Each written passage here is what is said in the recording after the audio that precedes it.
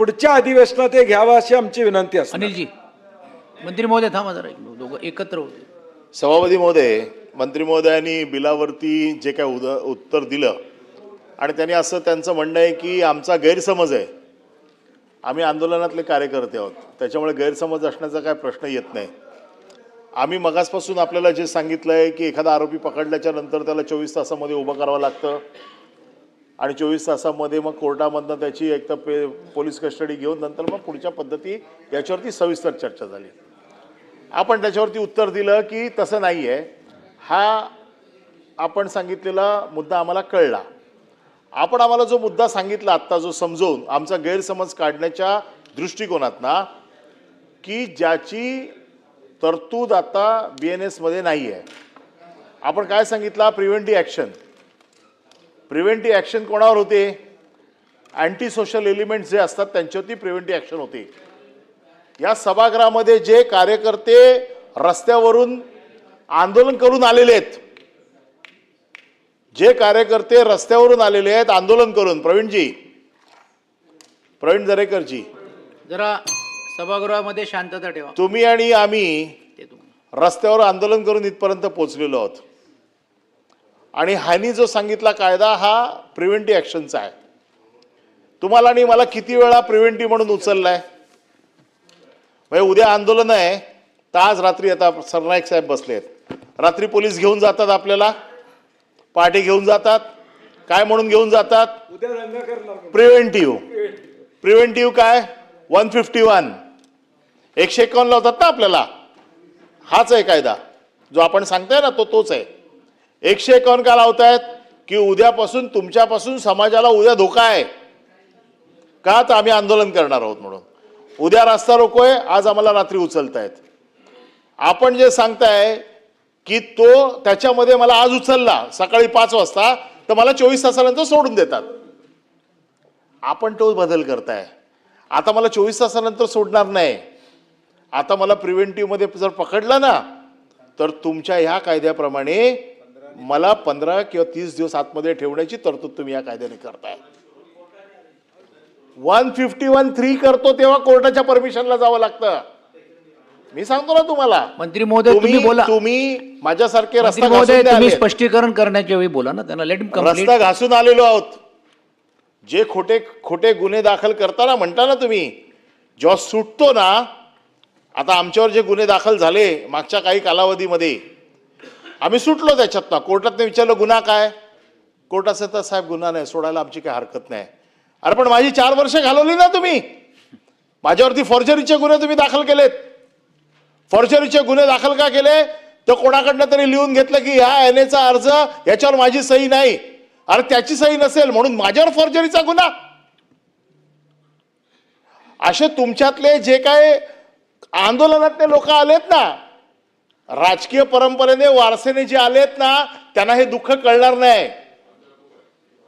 जे रस्ता घासून आलेत ना त्यांना याचं दुःख कळतंय की काय त्रास आहे याचा तो. आणि म्हणून माझं मत असं आहे की तुमचा 151, 151(3), 151(3) मध्ये तुम्हाला 24 तासानंतर 151(3) लावला तर मला कोर्टासमोर घेऊन जावं लागतं. पण आता तुम्ही जी तरतूद करते ती 151 मध्ये पण आहे. आता ह्याचं BNS मध्ये काय नंबर बदललाय मला माहित नाही, कारण आम्ही जुने कार्यकर्ते असल्यामुळे आम्हाला जुने सगळे IPC आता पाठ झालेलं आहे. पण 151 मध्ये जर पुढे, म्हणून मी म्हटलं की माझ्यासाठी ठीक आहे आज, पण उद्या तुमच्यावर पण येणार आहे. उद्या जर सरकार बदललं, तुम्हाला देखील उचलून 151(3), 151 मध्ये जर आणला रात्री,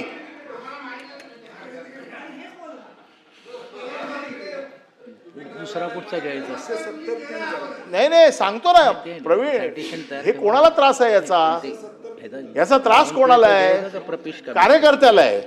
मग तो तुम्ही असा किंवा मी असो, त्रास तिथे तुम्ही आहात, इथे मी आहेत, हा विषय नाही आहे. उद्या मी पण वापरीन. प्रश्न असा आहे की याचा उपयोग प्रिव्हेंटिव्ह ऍक्शन ज्या वेळेला घ्यायची म्हटले ती कोणाचा अगेन्स्ट घ्यायची असते? अँटी सोशल एलिमेंटच्या अगेन्स्ट असते. तुम्ही निवडणुकीच्या वेळेला कार्यकर्ते उचलता, रात्री 151 मध्ये उचलता, तुम्ही आंदोलनाच्या अगोदर उचलता, तुम्ही बाकी असे कुठलेही प्रसंग असतात त्यावेळेला तुम्ही 151 लावता, 151(3) लावता. आमचं हेच म्हणणं असं आहे की ही जी तरतूद तुम्ही आता घुसवताय ही याचा त्रास हा तुम्ही गुन्हेगारांच्या विरोधात केला असता आमचं काहीच म्हणणं नव्हतं. बिलसाठी आले भोयर. आता तुमच्या ज्या बोलण्यावरनं जे काय मला समजलं की आम्हाला अशी माहिती मिळाली की तुमच्यापासून समाजाला धोका आहे. आता तुम्ही ज्या वेळेला नाही, ते 110ची नोटीस देता, 107ची नोटीस देता, तुम्ही गुप्त अहवाल तयार करता. गुप्त अहवाल कोणाकडनं तयार करता? गुप्त अहवाल तिकडचे फेरीवाले असतात, तिकडचे कोण कोण लोक असतात, त्यांच्याकडनं तुम्ही लिहून घेता की आमच्याकडनं हप्ता मागतोय, आमच्याकडनं हे करतोय, आम्हाला दमदाटी देतोय.